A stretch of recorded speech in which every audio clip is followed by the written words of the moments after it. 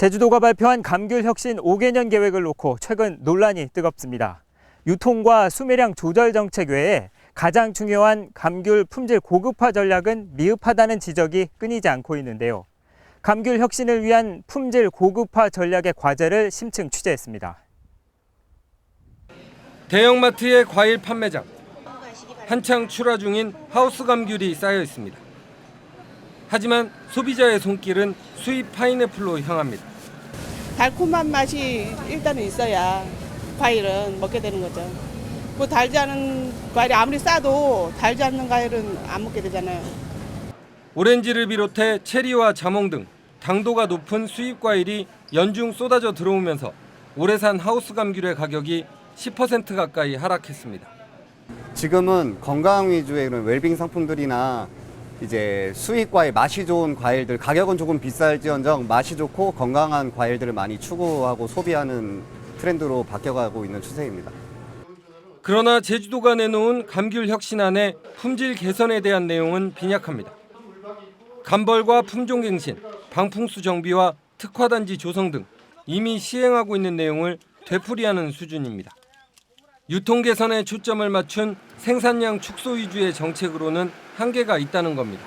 기능성 물질의 산업화를 통해서 감귤 산업의 수준을 여기는 생과 중심에서 생과 플러스 기능성 물질 혹은 고부가가치 가공 형태로의 투트랙의 전략으로 사실은 가야 될 것이 아닌가.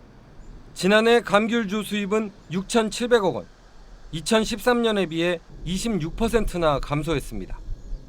급격하게 변하고 있는 과일 시장 속에 감귤은 수십 년째 제자리 걸음입니다.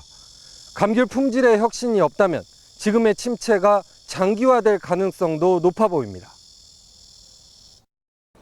서귀포시 남원읍에서 27년째 감귤 농사를 짓고 있는 오명한 씨. 3년 전 애지중지 키워오던 감귤나무 절반을 과감히 베내고 토양엔 관수시설을 설치하고 피복 재배를 시작했습니다.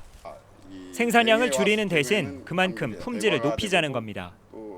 얘는 과일이 너무 많다 보니까 이것도 먹고 싶고 저것도 먹고 싶고 하는 소비자들이 많다 보니까 이런 과일의 이 욕구가 덜 가는 거죠, 실상. 하지만 오 씨처럼 간벌하고 영농법을 개선한 농가는 전체의 1%에도 미치지 못합니다. 감귤 농가 절반 이상이 고령인데다 재배 면적도 5,000제곱미터 이하여서 시설 투자를 꺼리기 때문입니다. 한 해 평균 제주도가 감귤 산업에 투자하는 예산은 800억 원. 이 가운데 절반 이상이 유통과 FTA에 대비한 만감류 등 시설하우스에 지원됩니다. 감귤의 품질을 높이기 위한 사업은 상대적으로 외면받고 있습니다. 특히 품종 개발을 위한 연구개발 투자도 전체 예산의 0.2%에 불과합니다. 식미의 서구화로 인해서 과연 소비자들이 제주 감귤을 선택하고 있느냐, 이런 문제를 우리가 깊이 생각을 해야 되는데 농산물 수입 개방의 파고는 점점 거세지고 있습니다. 생산량 조절과 품질 향상은 제주 감귤 산업의 경쟁력을 확보하기 위한 선택이 아니라 필수입니다. MBC 뉴스 홍수연입니다.